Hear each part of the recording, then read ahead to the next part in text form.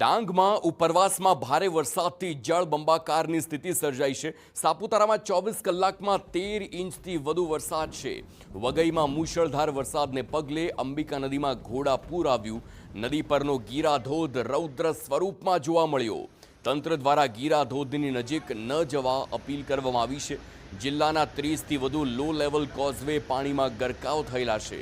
નદી કિનારે તેમજ કોઝવે નજીક ન જવા તંત્રની ખાસ સૂચના છે। જરૂર વગર મુસાફરી ટાળવા અને સાવચેતી રાખવાની પણ અપીલ કરવામાં આવી રહી છે। તો આ જુઓ ગીરાધોધના દ્રશ્યો કે જ્યાં આ પ્રકારે પાણી જે પ્રકારે જે તીવ્રતા સાથે આવી રહ્યું છે તે જોવા માટે લોકો પણ અહીં ઉમટતા હોય છે। આ આકર્ષણનું કેન્દ્ર તમામ લોકો માટે છે, પરંતુ અત્યારે પાણીનો ફ્લો વધારે હોવાથી સાવધાની રાખવી પણ એટલી જ જરૂરિયાત છે। આ મોડો વરસાદ છે અને મોડા વરસાદમાં પણ દક્ષિણ ગુજરાતમાં અનરાધાર વરસ્યો છે।